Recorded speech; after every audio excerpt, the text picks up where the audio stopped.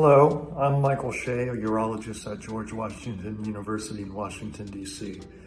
Today I'd like to tell you a little bit about non-medication-based first and second-line treatments for interstitial cystitis, or IC for short.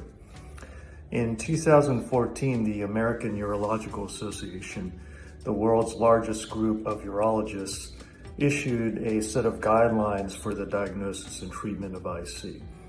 Although many of the first and second line treatments in these guidelines do not require taking medications, I have seen a number of patients with IC who were instead offered third or fourth line treatments as initial therapy by other providers.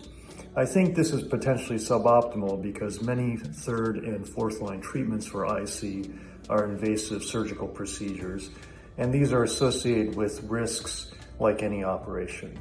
I'm making this video to help empower patients with IC by helping them understand their options for first and second line treatments which do not involve medications. Treating IC with medications can be very effective, but all medications have potential risks, whereas non-medication based first and second line treatments for IC feature essentially no risks. For instance, some of the most important first-line treatments for IC are relaxation and stress management techniques. This is not to say that IC is all in a patient's head. There's ample evidence that IC has a real biological basis. For example, we know that stress modifies our nervous system to make it more sensitive to pain in general. The brain and bladder have thousands of connections through nerves. For example, everyone can have stress affect their bladder and it can result in urinary frequency before a big event, such as having to give a public presentation or before a competition.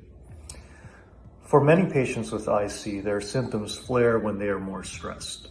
Some patients with IC have fewer flares or flares of lesser intensity when they engage in stress management and relaxation techniques such as pelvic floor friendly yoga, as well as meditation. When performed properly, these approaches to treat IC have potential benefit and very little, if any, potential for harm. An important form of second-line treatment for IC is pelvic floor physical therapy.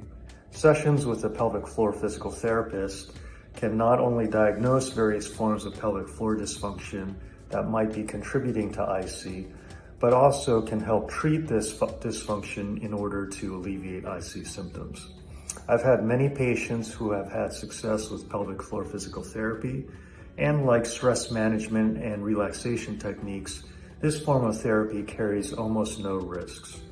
When seeking a pelvic floor physical therapist, it is important to find a physical therapist that specifically specializes in pelvic floor dysfunction. So thank you for your attention today. I hope this has been a useful video, and have a wonderful day.